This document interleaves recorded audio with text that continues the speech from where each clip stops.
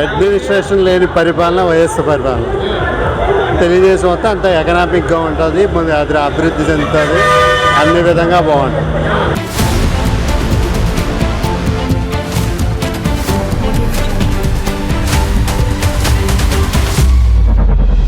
నమస్తే సార్, మీ పేరండి? సత్యబాబు. సత్యబాబు గారు ఏం చేస్తుంటారు సార్ మీరు? నేను మామూలుగా వ్యవసాయం చేస్తాను.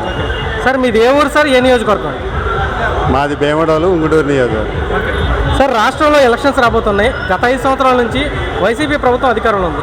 మరి రాబోయే రోజుల్లో ఏ ప్రభుత్వం అధికారంలోకి వస్తే రాష్ట్ర అభివృద్ధి బాగుంటుందని మీరు అనుకుంటున్నారు? ఇటు పక్కన తెలుగుదేశం కూటమి ఉంది, అటు పక్క వైసీపీ ఉంది. ఇద్దరు ఎవరు బెటర్ అనుకుంటారు? తెలుగుదేశం కూటమే అధికారంలోకి రావాలి. ఎందుకని రావాలి సార్? ఈ 5 సంవత్సరాల పరిపాలన ఎలా ఉంది? అడ్మినిస్ట్రేషన్ లేని పరిపాలన వైఎస్ పరిపాలన.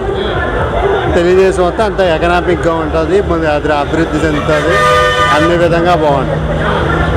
అంటే ఈ 5 సంవత్సరాల్లో ఇప్పుడు జగన్మోహన్ రెడ్డి గారు మీ పార్లమెంట్ పరిధిలోనే ఇక్కడ పోలవరం ప్రాజెక్టు 70% కట్టింది, పూర్తి చేయలేదు. చింతలపూడి రిజర్వాయర్ని కూడా పూర్తి చేయలేదు. మీకు ఎలా అనిపిస్తుంది?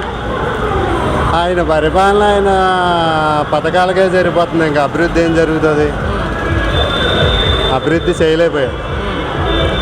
ఇప్పుడు ఏటా జాబ్ క్యాలెండర్ ఇస్తాను, నేను వస్తే మెగా డిఎస్సీలు వేస్తానన్నారు, మరి అది చేయలేదు. మీ నిరుద్యోగ సమస్య ఎలా ఉంది ఈ ప్రభుత్వం?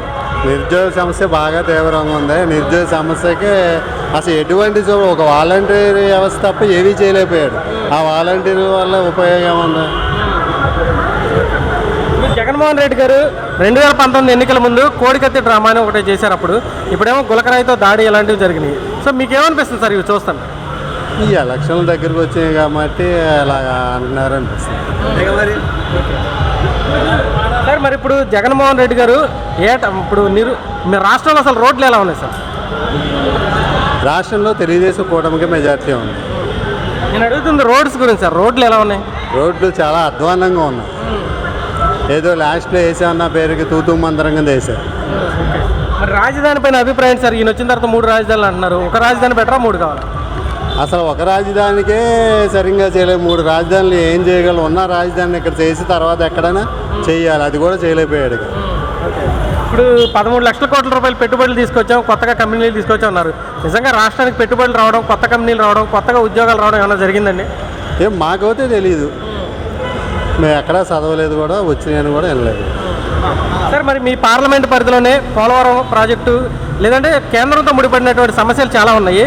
మరి ఈ పార్లమెంట్ పరిధిలో ఏ పార్టీ తరపు నుంచి ఎంపీగా గెలిస్తే మీకున్నటువంటి సమస్యలు తీర్చగలరు, లేదా కేంద్రం నుంచి నిధులు సాధించగలరు అనుకుంటున్నారు? తెలుగుదేశం తరపు నుంచి పుట్టా మహేష్ యాదవ్ గారు ఉన్నారు, అలానే వైసీపీ తరపు నుంచి కారుమూరి సునీల్ కుమార్ యాదవ్ గారు ఉన్నారు. ఇద్దరులో ఎవరు బెటర్ సార్? పుట్టా మహేష్ కుమార్ యాదవ్. ఎందుకంటే కూటమి అభ్యర్థికి వెళ్తే రేపు పొద్దున ఎన్డీఏ గవర్నమెంట్లో ఏదైనా మాకు పోలవరం కావాలి లేదా ఏదే కావాలైనా అడుగుతానికి అవకాశం ఉంటుంది. పైన అలాగ వచ్చేది ఎన్డీఏ గవర్నమెంట్ కాబట్టి. వైసీపీ ఎంపీ అభ్యర్థి మీద మీ అభిప్రాయం సార్? మనకు అభిప్రాయం అంటూ ఏం లేదండి. మనం అయితే తెలుగుదేశం అభ్యర్థి అవుతేనే బాగుంటుంది, గెలిస్తే బాగుంటుంది. Thank you sir.